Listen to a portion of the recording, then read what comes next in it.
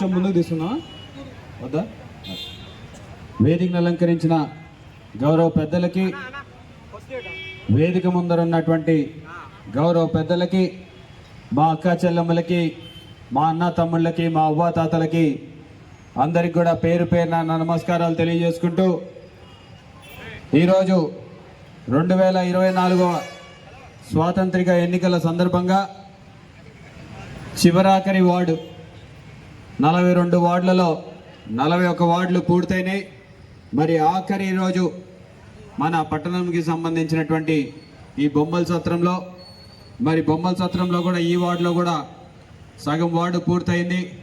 ఊడుమాల్పురం కానీ, వెంకటేశ్వరపురం కానీ, ఆటోనగర్లో గతంలోనే ప్రచారం పూర్తి చేశాం. మరి ఈరోజు చివరాఖరి దినాన మన బొమ్మల సత్రంలో ముగియడం నిజంగా చాలా సంతోషకరంగా ఉంది. మరి గతంలో కూడా ఈ ప్రాంతం నుంచి మీరందరూ కూడా మీ బిడ్డలాగా నన్ను ఆశీర్వదించి ఒక మంచి అవకాశాన్ని నాకు కల్పించిన మీ అందరికి కూడా పేరు పేరున నా ధన్యవాదాలు, నా కృతజ్ఞతలు తెలియజేసుకుంటూ ఉన్నా. మరి 2024 ఎన్నికల్లో కూడా మరి ఇంకొక 5 రోజుల్లో ఎన్నికలు జరగబోతున్నాయి. మరి ఈ ఎన్నికల్లో మీ అందరి ఆశీర్వాదం తీసుకోవడానికి, మీ అందరి ప్రేమానురాగాలతో మరొకసారి నాకు అవకాశం కల్పించమని చెప్పి అడగడానికి ఇక్కడికి రావడం జరిగింది.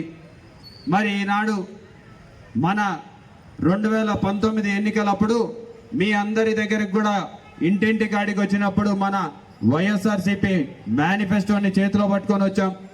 మేనిఫెస్టో అంటే ఎలక్షన్లు ఇచ్చే హామీ పత్రం. మరి ఆ హామీ పత్రాన్ని ఆ రోజు తీసుకొచ్చినప్పుడు చాగి పంచినాడు, కానీ ఏ ఒక్క హామీ కూడా చంద్రబాబు నాయుడు గారు నెరవేర్చలేదు అని చెప్పేసి ఆ రోజు చెప్పడం జరిగింది.